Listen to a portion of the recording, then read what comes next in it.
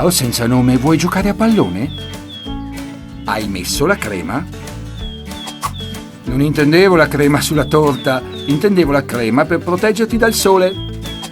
Lo so che non vai al mare, ma la crema protettiva la devi mettere lo stesso perché oggi il sole è proprio forte.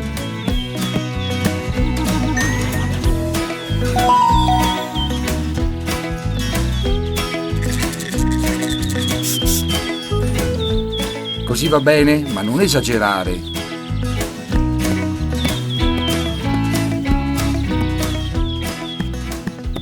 Hai visto? La crema protettiva mi ha fatto scivolare il pallone tra le mani. Non imbrogliare, Cilindro, il tiro di senza nome era proprio imparabile. Va bene, ammetto che non è colpa della crema.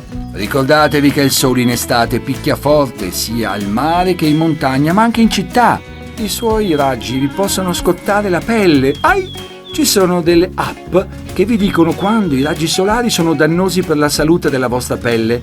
Guardate anche voi.